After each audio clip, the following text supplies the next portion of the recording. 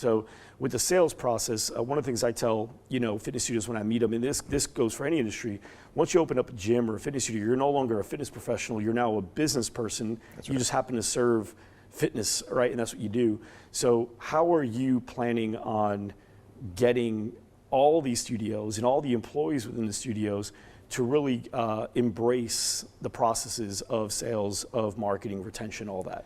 I mean, when we came on board, one of the things we did was we just started multiple communications weekly. Fortunately, it was COVID. Everybody had to get used to that, sort of process, where pre-COVID, everybody wasn't used to having community. So we've got 3 calls a week, operations, sales, and then specific, regional training calls that are taking place for the owners, for the managers, and the employees.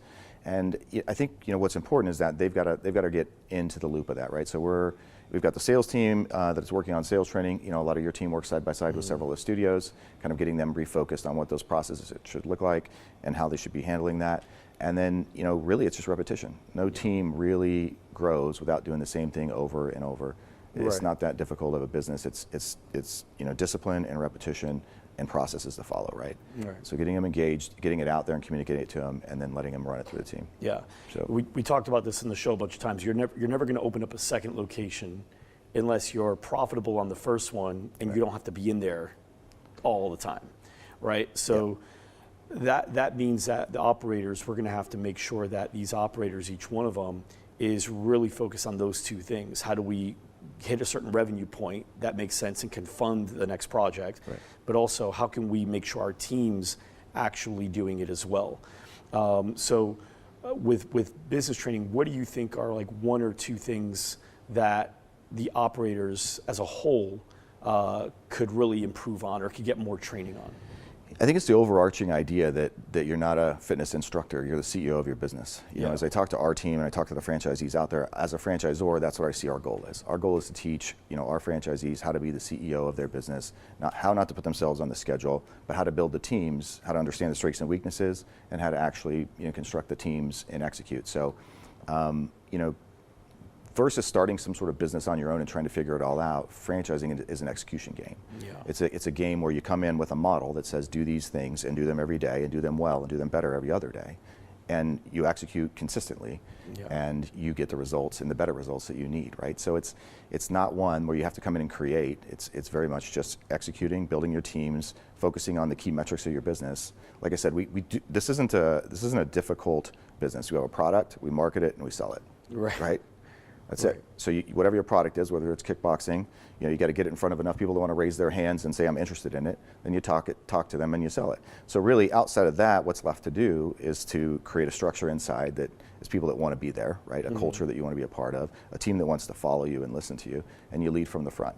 A lot of times we have, as owners, the ability or desire to just get in and fix everything ourselves. Well, that's the easy way to fix it, but it's much harder to create a team to actually get in there and do it with you, right?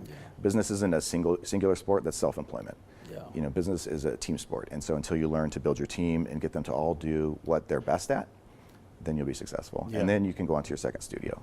Yeah, a big challenge I saw in franchises, not necessarily yours, but just in franchises in general, we work with, for 50 of them now, is you get people that are entrepreneurs that take over a location, and they've got this entrepreneurial craving to constantly create and make new things and add new things and do new things, and it starts to really hurt the brand. If you ever saw the movie The Founder, you ever see the movie The Founder? Yeah, and McDonald's, great idea, he loved it. He started, getting franchisees on board, and then they start selling burritos and tacos and barbecue chicken. He's like, guys, this is not what McDonald's is. And so he stopped looking for the entrepreneurs, the people that couldn't stop that craving, right? And he started looking for people that were incredible integrators. That this is the brand. I think it's good to have entrepreneurs in the franchise spaces, but I think they've just got to channel where am I going to be an entrepreneur and where am I not. Creating constant things is difficult for you to manage, but where an entrepreneur can exercise that is, okay, recruiting, building my team, getting them inspired, creating solutions to problems that we can work as far as a culture goes. But as far as I've seen some franchises, one of them will do personal training, the other, not yours, but one will do personal training, the other one won't do personal training. One of them, the front desk does all the sales, the other one, it's a studio manager that does all the sales. And so there's no consistency. They're just doing whatever they feel they want to do in their location, like it's their own company. How do you plan to mitigate that? Because you've got, is 126 you said? Right. 126, you're going to have hundreds and hundreds more based on what you got sold. How do you plan on managing all of that when you got that happening? You know, two things. I think right now that this is the worst time for that. So, you know, when you're in desperation, you're in COVID, that's actually created a bigger issue than we had prior, right? Mm-hmm. Because all of a sudden you're in dire needs, everybody's kind of in this survival mode. So without leadership through a time like this, people got very distracted with a lot of things. I'll try this to, and rightfully so, survival. Whatever I've got to do. Yeah, whatever I got to do to survive, right? Yeah. And we came in right in the middle of that. So we came into a lot of what you're talking about right now. So in every franchise model, you know, our belief is that we're going to create the system that's, you know, the lowest common denominator for everybody to execute.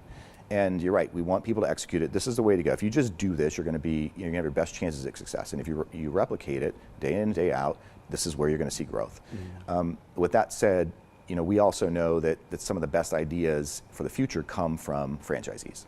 So it's a delicate balance to understand that, you know, we have to keep, you know, this sort of level playing field, not allow, you know, diversion, because it does distract the brand, it does distract other people, but also allow for feedback from franchisees that are innovating some things. You know, I think you brought up the founder. I think I don't know if it was the Happy Meal or one of the meals actually was designed by a franchisee.